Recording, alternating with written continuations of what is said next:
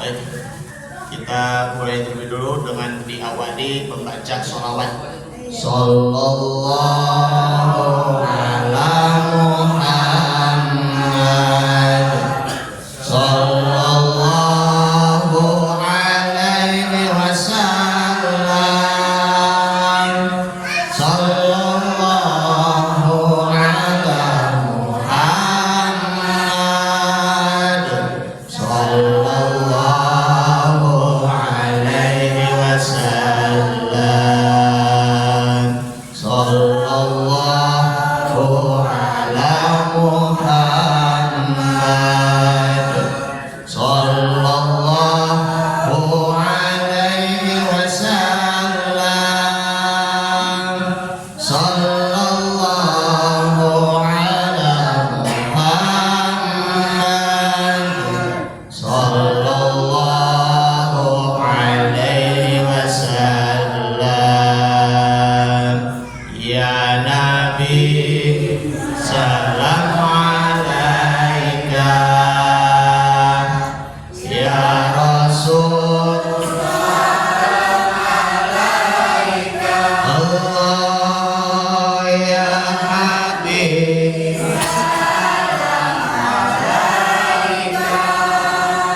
salawatullah alaika.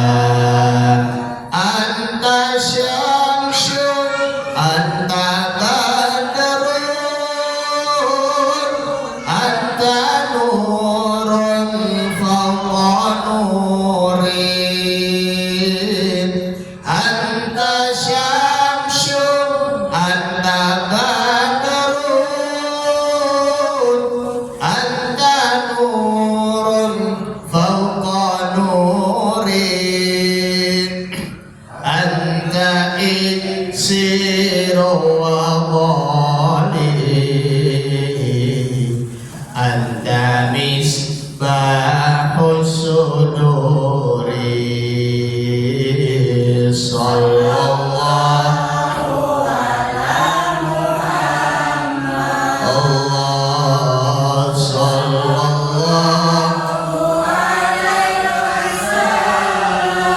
Dan semuanya sallallahu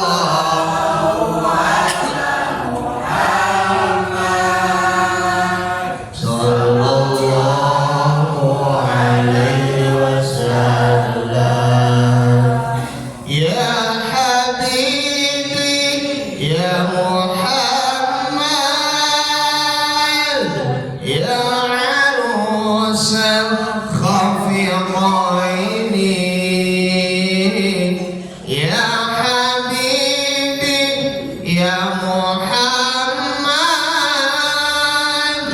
ya arusal khafiqaini. Ya Muayyad, ya Mumajjad, ya Imam al-Qiblataini.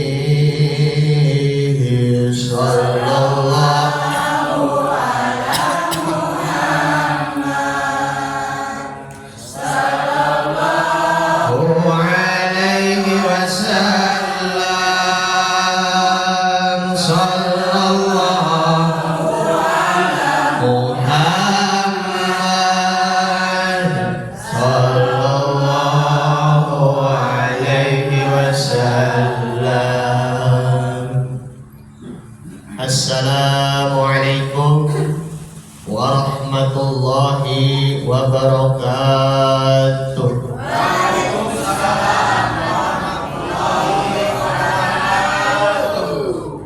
Apa kabar semuanya, ibu-ibu, bapak-bapak? Alhamdulillah.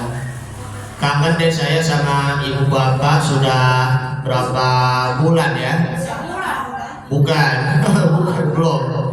Terakhir bulan Februari, ya. Terakhir kan bulan Februari, Masya Allah. Jadi ini sekarang sudah 6 bulan ya. Dari bulan Februari, terus alhamdulillah kembali lagi bersama-sama dengan Bapak Ibu di bulan Agustus ini ya, 6 bulan kemudian. Oh, Masya Allah ya. Nah jadi Bapak ini alhamdulillah Al-Fakir sudah mengenal pada Bapak dan Ibu, termasuk Bapak Ustadz Rudi Santoso sudah hampir setahun ya. Pertama kali awal September tahun 2022, ini sekarang sudah bulan Agustus. Gak terasa ya? Gak terasa ibu-ibu, bapak-bapak, padahal baru saja kemarin. Makin hari makin cepet. Padahal apa? Kita lagi di hari Senin kita lagi tadarusan membaca Al-Quran. Gak terasa sudah siang, padahal kan pagi kan. Gak terasa sudah malam, padahal kan tadi baru maghrib. Masya Allah. Tidak terasa lagi ya nanti di hari Jumat, Masya Allah. Bahkan tidak terasa lagi kita sudah melewati amalan-amalan yang kita kerjakan di tahun 1444 Hijriah kemarin, kayak misalnya puasa di bulan suci Ramadan. Full gak Bapak Ibu puasanya? Full. Insya Allah. Idul Fitri sudah kita lewatin, Idul Adha, ya, Idul Kurban maupun jamaah haji sekarang sudah di tahun baru Hijriah sudah lewat, ya, tanggal 1 Muharram ini sekarang sekitar sudah tanggal 18 Muharram 1445 Hijriah. Besoknya lagi bulan Maulid Nabi. Jadi balik lagi, jadi diputer-puterkan itunya, Masya Allah. Tinggal nanti pembaharuan kita dan juga pengembangan dalam kemampuan kita dalam membaca Al-Quran. Jadi pengembangan dan juga pembaharuan dalam membaca Al-Quran juga perlu upgrade dan update dalam bahasa Inggrisnya. Begitu juga iman kita harus juga update dan upgrade, membaharui dan juga pengembangan. Kalau kita tidak pernah memperbaharui maupun juga pengembangan, bagaimana kita bisa untuk menjadi diri pribadi yang lebih baik di hari ini maupun kemarin? Bagaimana bisa kita menjadi diri pribadi yang lebih baik di tahun ini 1445 Hijriah dibandingkan dengan tahun kemarin? Bagaimana bisa nanti tahun esok 1446 Hijriah jauh lebih baik dibandingkan dengan tahun ini 1445 Hijriah? Alhamdulillahirabbil alamin wa bihi nasta'inu ala umuri dunya waddin, wassalatu wassalamu ala asyrafil anbiya wal mursalin wa ala alihi washabbihi ajma'in. Amma ba'du. Subhanaka la ilma lana illa ma 'allamtana innaka antal alimul hakim. Wala haula wala quwwata illa billahil aliyyil azim. Mari sama-sama kita bersalawat. Allahumma sholli ala sayyidina Muhammadin. Allahumma sholli ala sayyidina Muhammad. Allahumma sholli ala sayyidina Muhammad. Allahumma sholli wa sallim wa barik alaihi. Alhamdulillahirabbil alamin. Pertama-tama yang saya hormati Ustadz kita Bapak Ustadz Rudi Santoso dan juga koordinator jamaah kaum tunanetra Masjid Al-Ihsan Bapak Endah, dan juga bapak-bapak dan ibu-ibu jamaah yang tidak bisa disebutkan satu persatu, namun tidak mengurangi rasa hormat atau takzim saya.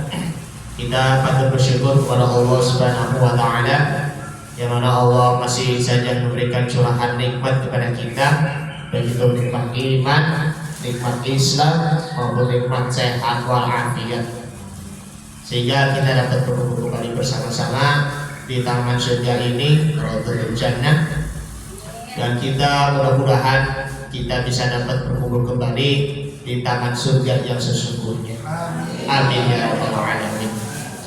Salawat dan salam marilah kita haturkan kepada suri tauladan kita Nabi Muhammad sallallahu alaihi wasallam serta keluarganya, para sahabatnya, dan juga kepada para pengikut-pengikutnya. Ibu, bapak, dan jamaah sekalian yang dimuliakan oleh Allah Subhanahu wa Ta'ala. Maaf ya, agak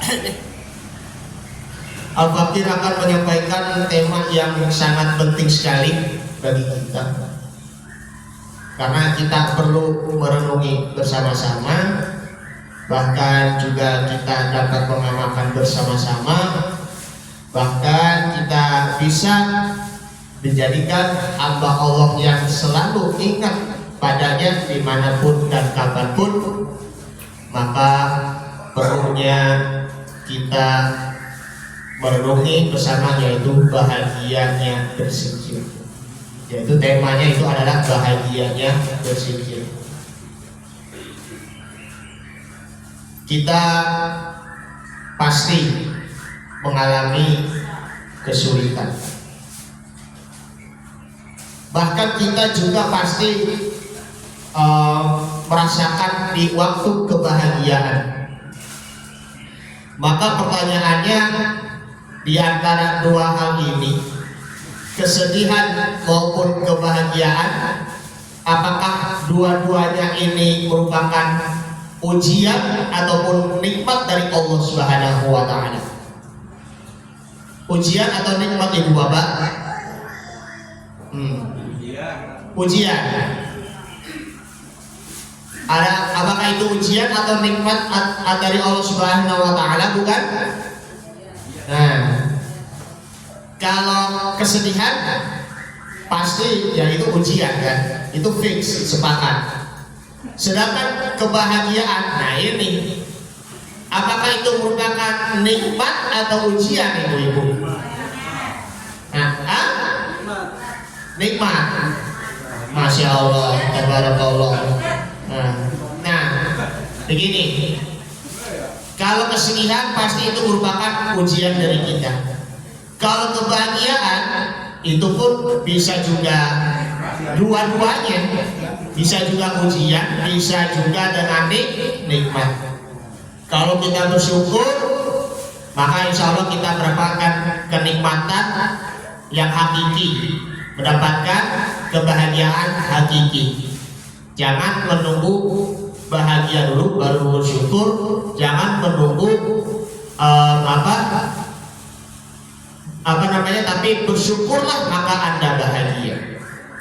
Bahagia itu bukan hanya letak dari segi hartanya saja ya, tetapi karena kesyukuran kita kepada Allah atas memberi karunia kepada kita.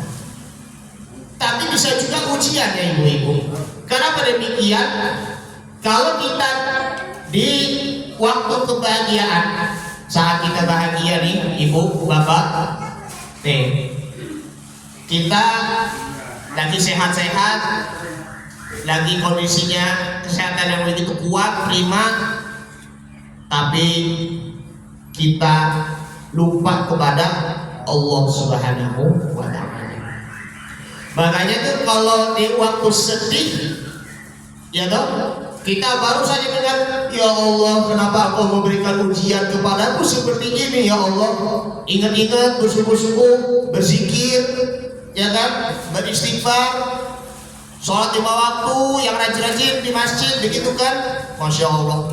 Sholat tahajud, tapi di waktu bahagia, di waktu kesuksesan malah lupa, malah sampai menjadikan kita yang itu lalai pula. Sebaliknya, di waktu kebahagiaan bersungguh-sungguh memuji-muji Allah dengan penuh semampunya, ya kan? Ya Allah, aku memuji kepadamu, Engkaulah yang maha besar, yang lagi maha tinggi, ya kan? Tapi ketika di waktu kesedihan malah mengeluh pula.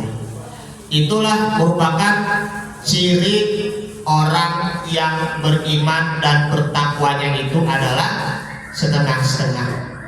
Karena ada di dalam surah Al-Hajj, surah yang ke-22 ayat 11, wa minan nasi may liya'budullaha ala harfin, dan di antara manusia itu mereka beribadah kepada Allah di situ setengah-setengah.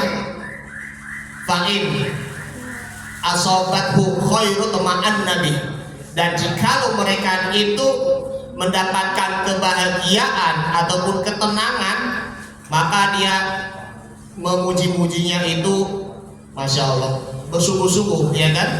Sholatnya itu rajin, ya kan? Zakatnya itu rajin banget, puasanya itu rajin banget. Tapi sebaliknya, wa in asobathu fitnatun ala wajhihi,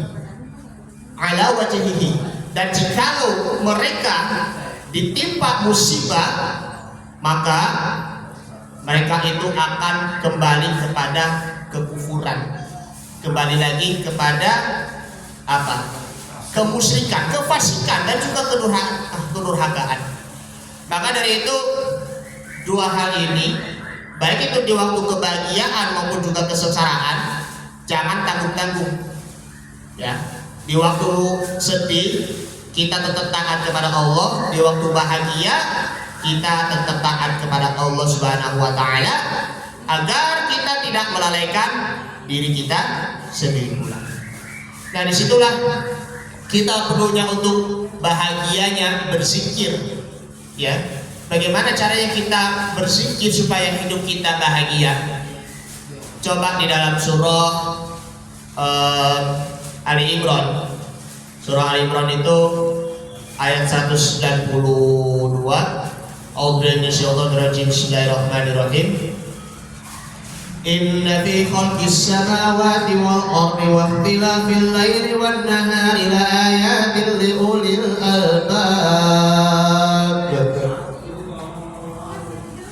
Nah, artinya sesungguhnya dalam penciptaan Allah, baik itu langit dan bumi, siang dan malam itu secara bergantian, itu merupakan tanda-tanda bagi orang-orang yang ulil albab. Di sini ada yang namanya ulil albab dan ibu, bapak-bapak. Ada yang namanya ulil albab? Gak ada. Ada yang namanya ulil absar? Gak ada. Nah, nama ulil albab di sini artinya adalah orang-orang yang diberi akal. Orang-orang yang diberi akal pula. Ada juga namanya ulil absar, orang-orang yang diberi pelajaran. Kita selaku manusia, walaupun tak ada manusia yang terakhir sempurna, tetapi insya Allah kita termasuk ulil absar dan ulil albab.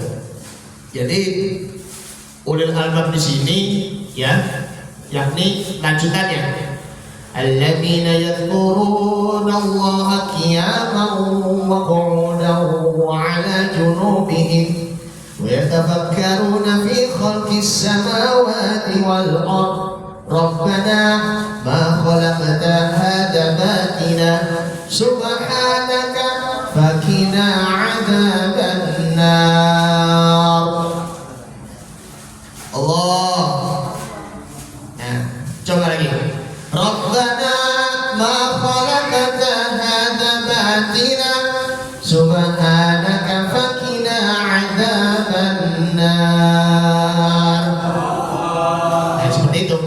Tadi ayat 191, ini sekarang ayat 192 surah Ali Imran, surah yang kedua. Nah, artinya apa? Mereka berzikir kepada Allah. Alladzina yadhkurunallaha qiyaman, dalam keadaan berdiri. Dalam keadaan berdiri ya seperti kita waktu sholat, ketika kita lagi berdiri melakukan takbiratul ihram. Karena sholat di situ merupakan zikir yang paling tertinggi pula. Ataupun ketika kita melakukan aktivitas yang kita kerjakan, melakukan pekerjaan apa yang kita amanahkan, apa yang kita tanggung jawabkan, Tapi bagaimanapun keadaan kita, baik itu dalam keadaan lapang maupun juga dalam keadaan sempit, tetap ingat Allah. Kemudian wa qu'udau, kemudian qiyamah wa qu'udan. Nah, qu'udan di sini adalah waktu dalam keadaan duduk. Kita duduk baik itu di dalam sholat maupun juga di luar sholat.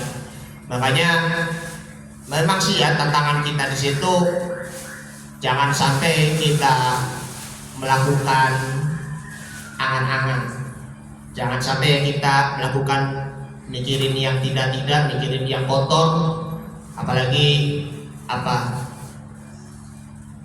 menghayal maksudnya, ya kan, menghayal. Hati-hati.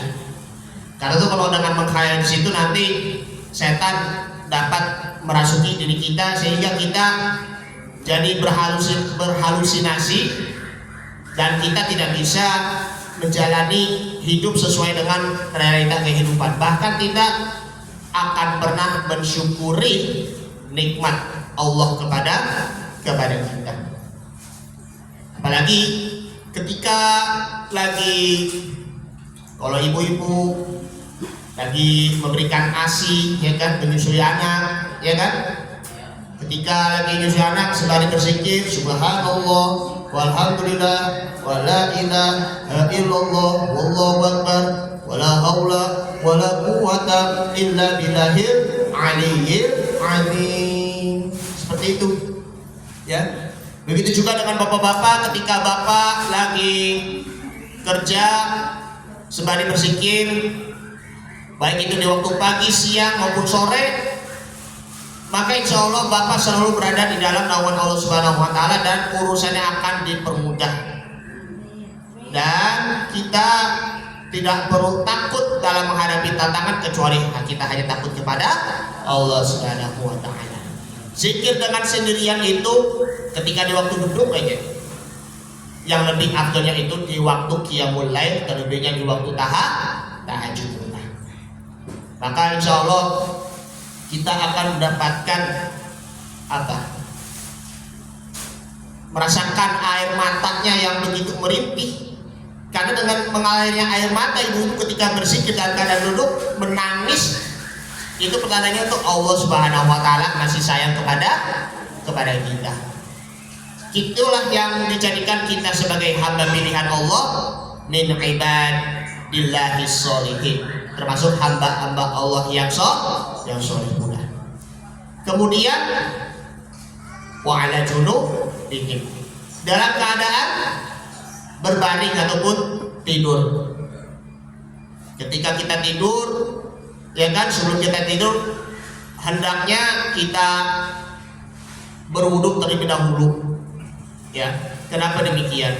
Karena dengan berwuduk sebelum tidur, maka insya Allah Allah Ta'ala akan menjaga kita dari kegelapan, bahkan juga gelap gulita. Baca Bismika Allahumma ahya wa bismika amut, ya. Berzikir pada Allah, membaca istighfar, membaca surah Al-Ikhlas 3 kali, Al-Falaq sekali, An-Nas sekali, Masya Allah. Membaca ayat kursi, maka insya Allah Allah Ta'ala akan menjaga hidup kita dari gangguan setan. Insya Allah Allah Ta'ala akan membangunkan kita untuk menunaikan qiyamul lail ataupun sholat malam pula. Ataupun ya juga mohon maaf ya, kalau dalam keadaan sakit, ya kan, nggak bisa berdiri, ya kan, untuk menunaikan ibadah sholat, ya kan, sholat itu hanya bisa ya dalam keadaan berbaring saja, tapi masih saja mengingat Allah Subhanahu Wa Ta'ala. Jadi untuk apa mereka berzikir dalam keadaan berdiri, duduk maupun juga berbaring? Wa yatafakkaruna fi khalqis samawati wal ardh. Lanjutan ayatnya. Untuk bertafakur dalam ciptaan Allah Subhanahu Wa Ta'ala, baik itu langit maupun bumi pula. ciptaan Allah yang begitu luar biasa. Ciptaan Allah itu begitu amat besarnya, karena itu ya kita agungkan Allah, hinakan diri kita. Besarkan Allah, kecilkan diri kita. Allahu Akbar, Allahu Akbar, Allahu Akbar, walillahil hamdu. Allah Maha Besar dan segala pujian itu hanya milik Allah Subhanahu wa Ta'ala. Lalu lanjutannya, Rabbana ma khalaqta hadza batila subhanaka faqina adzabannar.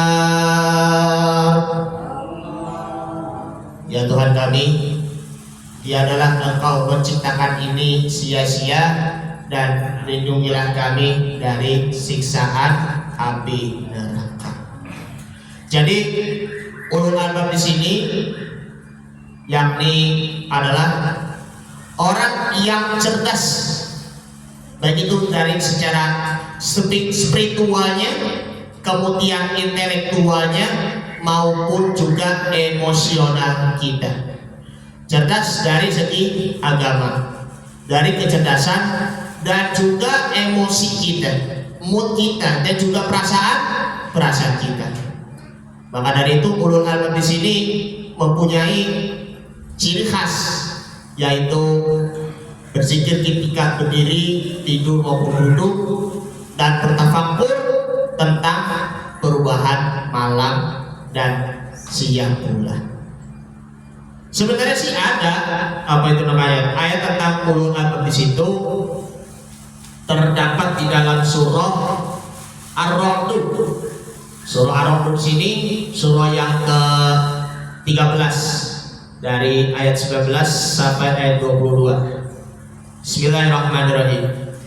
Afaman ya'malu annama unzila ilaika min rabbikal haqqu kaman huwa a'ma innama yatadhakkaru ulul albab. Maka apakah orang yang mengetahui bahwa apa yang diturunkan Tuhan kepadamu adalah kebenaran sama dengan orang buta, hanya berakal saja yang dapat mengambil pelajaran. Kita orang yang berakal mendapatkan pelajaran dan mengamalkannya baik pula. Lalu siapakah itu orang ulul albab? Selain dari dua hal ini, berzikir dan juga bertafakkur, yakni alladzina yufuna bi ahdillahi wa la yanquduna al-mitsaq, yaitu orang yang memenuhi janji Allah dan tidak melanggar perjanjian. Kita berjanji kepada Allah untuk tidak melanggar aturan Allah Subhanahu wa Ta'ala. Kita berjanji kepada Allah untuk melakukan perbuatan baik dan berjanji untuk tidak melakukan maksiat ataupun kedurhakaan kita kepada Allah Subhanahu wa Ta'ala.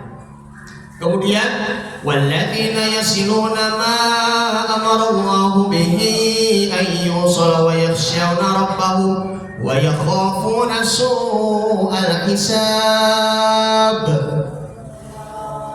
Dan orang-orang yang menghubungkan apa yang diperintahkan Allah agar dihubungkan.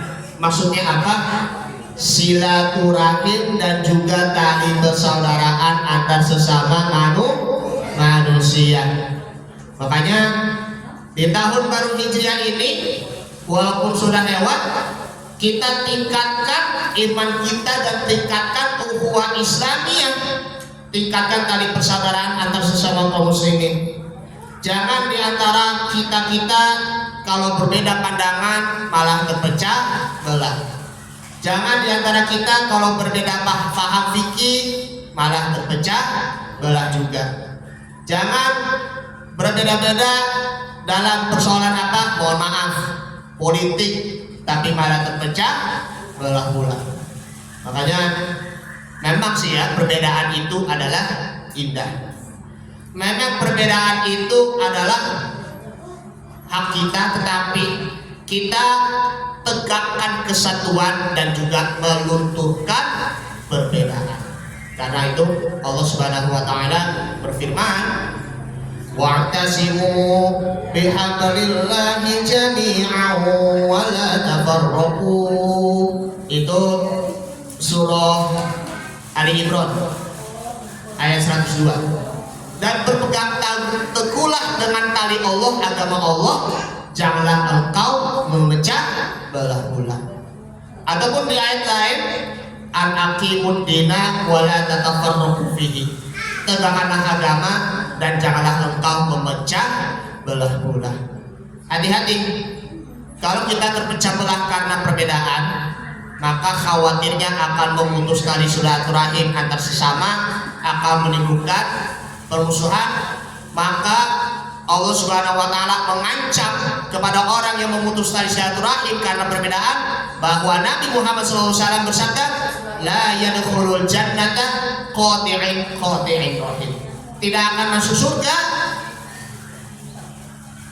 bagi orang yang memutus tali silaturahim. Bagi yang masih punya ada permusuhan ataupun masih punya dengki, hendaknya memaafkan, jadilah orang yang pemaaf.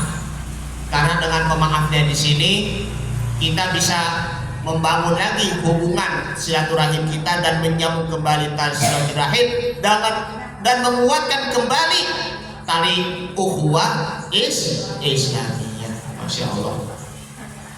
Dan mereka takut kepada Tuhannya dan takut kepada hisab yang buruk.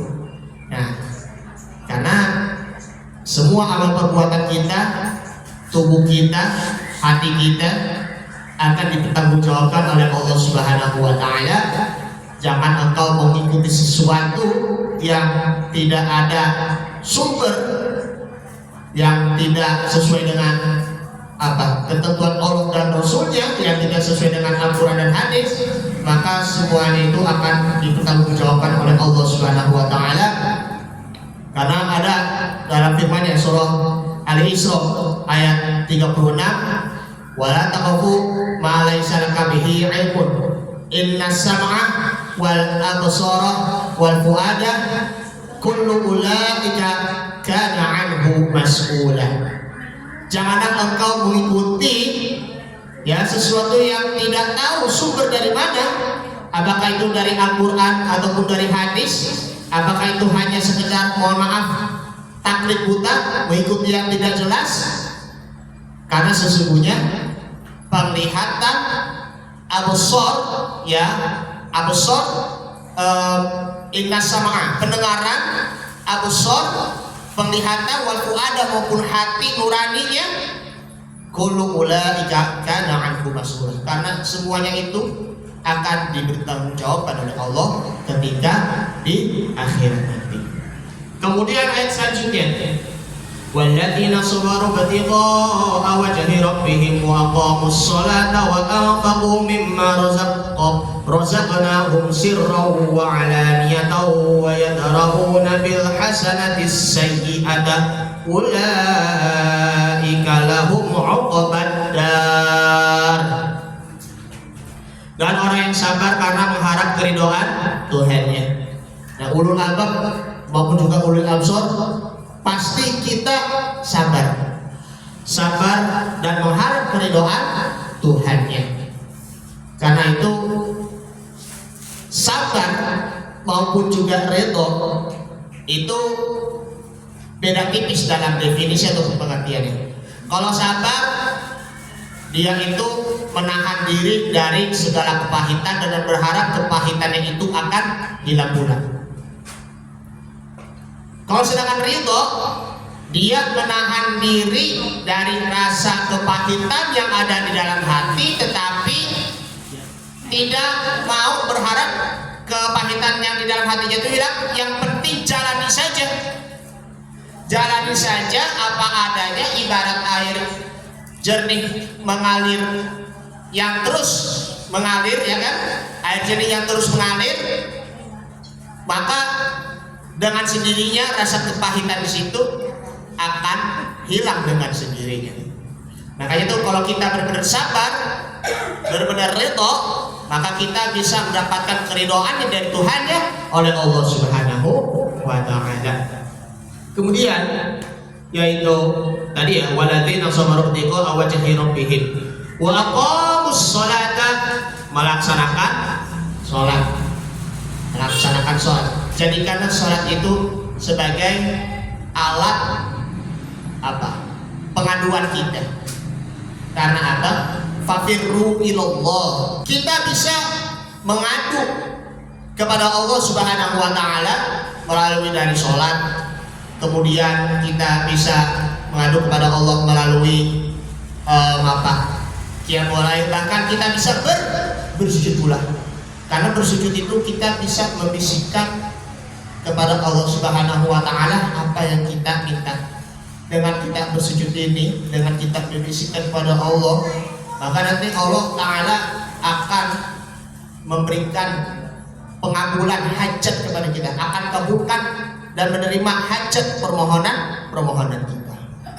Nah, disitulah yang pentingnya namanya itu adalah sholat istikharah, sholat untuk memohon apa itu hajat ataupun permohonan, mana yang lebih baik menurut Allah Subhanahu wa taala. Ketika kita sedang berikhtiar, berusaha keras, ya, misalnya kita mau ujian begitu, ataupun misalnya kita mau mencari pekerjaan yang halal menurut Allah, maka hendaknya kita sholat istikharah dan juga minta kepada Allah. Insya Allah Allah Ta'ala akan kabulkan hajat permohonan kita. Masya Allah, tabarakallah. Nah, kemudian selanjutnya wa anfaqu mimma razaqnahum, dan juga menginfakkan sebagian rezeki yang kami berikan kepada mereka, sirra wa alaniyatan, baik itu secara sembunyi-sembunyi maupun secara terang-terangan. Jangan berharap pujian dari manusia, tetapi berharap dari Allah Subhanahu wa taala. Maka dari itu ya, walaupun disabilitas, ya kan, baik itu tunanetra, tunarungu maupun cacat fisik, mohon maaf, tapi kalau sudah gemar bersedekah, nanti Allah Subhanahu wa taala akan memberikan rezeki yang tidak disangka-sangka. Jadi orang yang bertakwa walaupun disabilitas tetapi gemar bersedekah, maka Allah taala wa may yattaqillaha yaj'al lahu makhraja. Barang siapa yang bertakwa kepada Allah, maka Allah taala akan memberikan rezeki yang tak disangka-sangka, wa yarzuquhu min haitsu la yahtasib. Dan Allah taala akan memberikan rezeki yang cukup. Kita tidak perlu merasa minder kalau kita tidak punya uang, ya kan? Yang penting ingat Nabi Sulaiman alaihi salam, beliau diberikan karunia di sini ada 3, harta, tahta maupun juga ilmu. Kalau dia mau milih harta, maka tahta maupun ilmunya itu tidak akan dapat. Kalau milih tahta ataupun kedudukan dalam arti jabatan, maka harta maupun ilmunya itu tidak akan dapat pula. Tapi dengan ilmu, nah, meskipun yang kita miskin harta misalnya, tetapi ilmunya itu pun juga dapat pula, kaya ilmunya. Kalau kita dapat ilmu, kaya pula. Ilmu yang kaya, ya, kaya ilmu maksudnya, maka harta maupun tahta akan diikuti pula. Masya Allah. Makanya tuh gemar bersedekah, jangan takut bersedekah. Nanti ya Allah Ta'ala akan memberikan gantinya yang lebih baik pula. Sedekahkan ilmu pula kepada orang lain pula. Seperti contohnya Bapak Budi Santoso menyedekahkan ilmu kepada Bapak Ibu semuanya jamaah, maka nanti Allah Ta'ala akan memberikan pahala sedekah kepada beliau, insya Allah. Begitu juga Bapak Ibu yang lainnya, sedekah ilmu kepada orang lain, maka Allah Ta'ala akan memberikan pahala sedekah pula. Jadi itu sedekah itu tidak hanya berupa uang saja. Kalau ada uang yang bersyukur kita sedekah, ya. Kalau ini bisa juga ilmu, ya, bisa juga menolong orang lain, bisa juga melapangkan kesulitan orang lain, itu pun juga sedekah bulan. Nah, selanjutnya yaitu wa yadra'una bil hasanati sayyi'ata ulaika lahum uqbaddar, serta menolak kejahatan dengan kebaikan, orang itulah yang mendapat tempat kesudahan yang baik pula. Tolaklah kejahatan itu dengan cara yang baik. Mau diajak untuk berbuat maksiat, ya kan, kayak misalnya contohnya narkoba, ya kan, pemerkosaan, begitu, membuli orang, jangan. Mau diajak orang untuk apa? Tawuran, begitu ya, jangan. Mau diajak orang untuk apa? Mohon maaf, judi, tolak. Karena perbuatan setan itu perlu kita tolak dengan cara yang baik-baik, berdasarkan dengan akal pikiran kita, serta dapat menyelesaikan masalah dengan baik pula. Makanya tuh jangan takut untuk menolak kejahatan, karena disebabkan karena adu rayuan, baik itu secara terang-terangan maupun sembunyi-sembunyi, baik itu secara kasar maupun juga secara halus pula. Mudah-mudahan Allah Subhanahu wa taala melindungi kita dari berbagai macam godaan, fitnahan maupun juga tipuan di dunia maupun juga di akhirat pula. Itulah ibu-ibu, bapak-bapak yang dimuliakan Allah Subhanahu wa taala. Kembali lagi ke temanya. Zikir itu bukan hanya sekedar dari ucapan saja, akan tetapi zikir itu bisa juga dari apa? Mengingat, menyebut, dan juga merasa. Bahkan zikir itu bisa dilakukan perbuatan dan juga sikap. Mengapa demikian? Karena kalau kita berzikir kepada Allah tetapi masih melanggar diri sendiri, masih saja kita berbuat jahat, maka zikirnya itu cuma hanya sebatas di lisannya saja, belum juga merasuki ke dalam hati pula, belum juga merasuki ke dalam amal perbuatan pula. Kalau zikir hanya sebatas dari mulut saja, bagaimana cara kita bisa merubah diri kita menjadi lebih baik lagi? Seperti itu. Makanya itu para ulama membagi 3 hal: zikru bil qalbi, zikir hati, kemudian zikru bil lisan, ya, yaitu zikir dengan lisan, dan zikru bil arkan, bil amal juga bisa. Zikir dengan perbuatan dan juga zikir untuk dalam menjalani kehidupan pula. Makanya apa? Zikir tapi berhati sombong, maka tidak dapat dirasakan hidupnya dan juga tidak dapat memengaruhi kehidupan kita.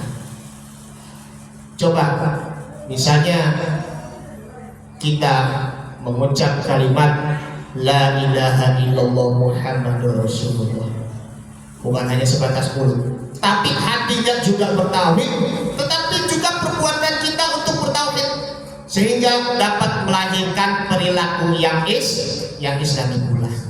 Maka di situ dengan berzikir dapat memengaruhi akhlak dan juga adab.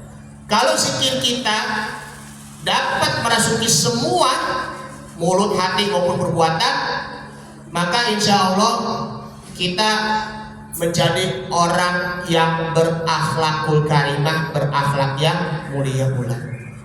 Seperti contohnya yaitu ada di dalam sabda Nabi Muhammad SAW, yaitu kalimat yang ringan diucapkan tetapi berat timbangannya, maka 2 hal ini merupakan yang dicintai oleh Allah Subhanahu wa taala, yaitu subhanallah wa bihamdihi subhanallahil azim, Subhanallah wa bihamdihi subhanallahil azim. Subhanallah wa bihamdihi subhanallahil azim. Maha suci Allah dengan pujiannya. Maha suci Allah yang maha agung pula. Dua hal ini walaupun ringan diucapkan, tetapi berat timbangan. Maksudnya itu berat pahalanya. Pahalanya besar, yaitu subhanallah wa bihamdihi subhanallahil azim. Nah, zikir itu bisa dilakukan dengan sir, bisa dilakukan dengan jahar. Kalau kita berzikir dengan jahar, misalnya la ilaha illallah, la ilaha illallah, la ilaha illallah, la ilaha illallah, la ilaha illallah, tetapi masih saja melakukan perbuatan yang jahat, sama saja bohong. Masih penting kalau kita zikir sir, zikir secara pelan-pelan, la ilaha illallah, la ilaha illallah, la ilaha illallah, tetapi berbuat baik pula. Kalau yang jahar di situ itu dapat menguatkan zikir sir, zikir yang secara dengan suaranya pelan pula. Maka zikir jahar maupun zikir sir di sini, di antara dua-dua hal ini harus kita gunakan. Tetapi jangan berharap juga kalau kita berzikir di depan dengan orang lain tujuannya menjadi ahli zikir di depan orang lain, jangan. Tetapi kalau dengan zikir karena Allah, maka kita akan mendapatkan ketenangan hidup dan mendapatkan pahala semata-mata karena Allah Subhanahu wa ta'ala. Karena itu perintah berzikir diiringi dengan bersyukur. Salat itu zikir yang paling tinggi. Salat dan salat dapat meningkatkan imunitas tubuh kita, dapat meningkatkan tubuh kita, baik itu jasmani maupun juga rohani pula. Jadikanlah zikir maupun salat itu sebagai obat kita, dan kita akan meningkatkan iman kepada Allah, meningkatkan keamanan maksudnya perlindungan dari Allah Subhanahu wa ta'ala, dan juga imun kita agar kita akan mendapatkan kesehatan yang hakiki, sehat wal afiat, dan juga panjang umur pula. Disitulah ibu-ibu ya, ada 4 kalimat yang dicintai oleh Allah. Kalimat zikir Nabi Sallallahu Alaihi Wasallam di situ ada, yaitu subhanallah walhamdulillah wala ilaha illallah wallahu akbar. Subhanallah walhamdulillah wala ilaha illallah wallahu akbar. Subhanallah walhamdulillah wala ilaha illallah wallahu akbar. Subhanallah walhamdulillah wala ilaha illallah wallahu akbar. Maha suci Allah, segala puji bagi Allah, tidak ada Tuhan selain Allah, Allah Maha Besar. Nah, di sini banyak keutamaan di sini Bu ya. Berarti selain 4 kalimat zikir Nabi, bisa juga 4 kalimat lebih dicintai Nabi dari semua benda yang terkena sinar matahari. Allah itu maha menerangi kita, bahkan sinar Allah itu lebih terang dibandingkan dengan sinar matahari. Bahkan 4 kalimat ini sebagai penghapus dosa.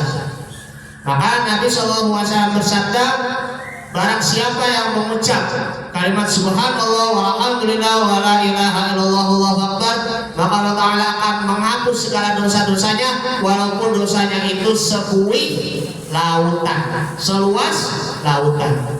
Kemudian 4 kalimat ini jadikan sebagai tanaman surga. Karena ada kisahnya ketika Nabi SAW Isra, ya, perjalanan maksudnya Mi'raj ya. Mi'raj dari perjalanan yang dari Masjidil Aqsa menuju ke langit ke-7 sebelum ke Sidratul Muntaha. Maka Nabi Ibrahim berpesan kepada Nabi, wahai Muhammad, sampaikan salam dariku kepada umatmu, karena di sana ada surganya datar, di sana pun juga ada air. Tanamkanlah tanaman yang ada di surga itu dengan mengucap kalimat subhanallah walhamdulillah wala ilaha illallah wallahu akbar. Kemudian 4 kalimat ini juga setara dengan sedekah harta. Kemudian 4 kalimat ini menyamai dengan bacaan Al-Quran.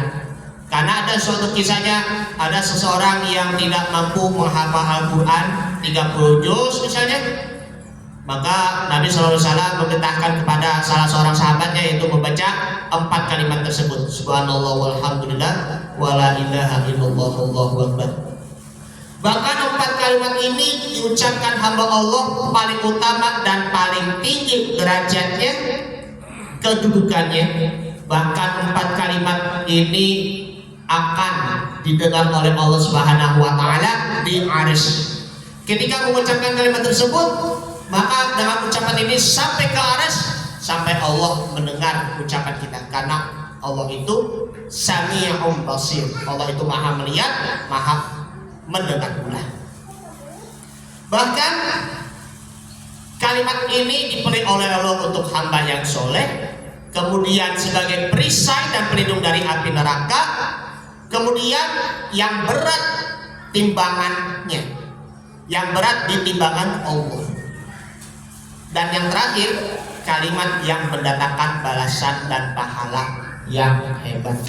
Jadi bagaimanapun, dimanapun kita, baik itu di sini maupun di perjalanan maupun juga ada di rumah, baca subhanallah walhamdulillah wala ilaha illallah wallahu akbar sebanyak 100 kali, maka insya Allah kita akan selalu mensucikan Allah, memuji Allah, kemudian mentauhidkan Allah, mengesahkan Allah, dan juga membesarkan Allah.